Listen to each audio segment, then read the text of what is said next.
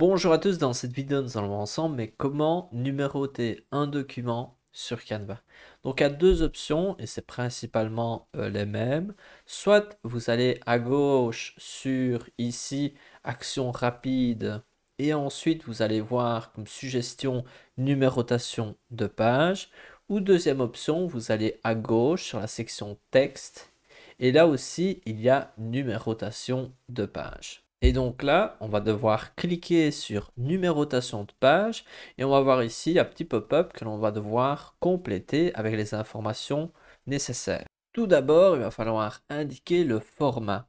Donc le format, c'est est-ce que c'est des chiffres ou page plus chiffres, par exemple page 1, ou ici page 1 sur, imaginons il y a 10 pages sur 10. S'il y a 4 pages, ce sera page 1 sur 4.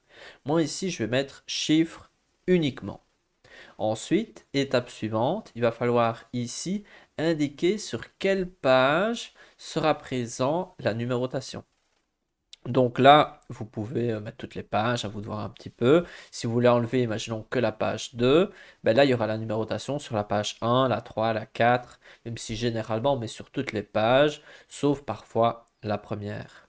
Et donc, lorsque j'ai mis ici la numérotation sur toutes les pages, qu'est-ce que je vais faire? Je vais cliquer ici sur appliquer les propriétés à toutes les pages. Je clique et donc là, qu'est-ce qui se passe? Ça ne se voit pas très fort, mais regardez, à droite, ici, je peux peut-être même un peu agrandir, je descends, on peut voir qu'il y a la numérotation. Ça ne se voit pas très fort, on va passer à une autre page, ici, la numérotation qui est là. Bon, actuellement, ce n'est pas au niveau que, du moins de ce que l'on a besoin, donc qu'est-ce que je vais faire? Je vais cliquer ici, et je vais par exemple un peu agrandir. Voilà, comme ça me semble déjà une taille plus raisonnable.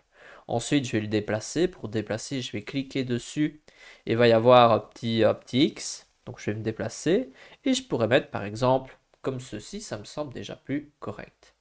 Je vais regarder quelle est la police d'écriture ici. C'est du Glacial Indifference. Alors, qu'est-ce que je vais faire? Je vais cliquer ici et je vais mettre la même police d'écriture. Donc ici, je vais sélectionner le Glacial Indifference et on peut voir qu'il y a une petite flèche. Si je clique ici, je vais avoir les formats existants. On va garder le régular et on va voir si ça nous plaît. Au pire, on pourra toujours changer par après. Donc ici, on a ceci. On peut même définir la couleur. Si on souhaite, on pourrait changer. Ici, on va laisser noir. Et maintenant, qu'est-ce que je vais faire? Je vais regarder la page suivante et vous pouvez voir que les modifications que j'apportais à la première page ne sont pas présentes partout. Et alors, comment faire? Je vais cliquer dessus et vous pouvez voir qu'en cliquant sur le chiffre, je vais avoir ici une sorte de petite barre avec des informations. Si je clique à côté, ça disparaît. Je clique à nouveau, cela apparaît. Et là, il y a une section modifier qui, dans Canva, existe seulement avec ici la numérotation. Je clique ici sur modifier et le pop-up apparaît à nouveau. Et là, je vais cliquer sur appliquer les propriétés à toutes les pages. Et donc les propriétés, que ce soit la taille du texte, la position, la couleur, ben, tout ça va s'appliquer aux autres pages. Regarde avec moi. Page suivante, c'est comme ça. Page suivante, c'est comme ça. Page suivante, c'est comme ça. Et là, c'est déjà beaucoup mieux. On peut voir, ça ressemble quand même à quelque chose. Ici, je peux m'éloigner un petit peu. Et donc ici, on peut passer d'une page à une autre. Si sur une page en particulier, ça ne donne pas bien, on peut toujours se dire, ah oui, sur cette page-là, je vais changer la couleur. Ou je pourrais dire, je vais déplacer cet élément-ci. À vous de voir un petit peu, de faire votre propre analyse, voir un petit peu, tester. Vous pouvez regarder si vous voulez enlever la numérotation sur cette page-là, vous pouvez toujours le faire. Et imaginons que pour une page, vous voulez le mettre à une position différente ou une couleur différente, qu'est-ce que vous pouvez faire? Ici, imaginons on veut le mettre en blanc, je vais cliquer dessus.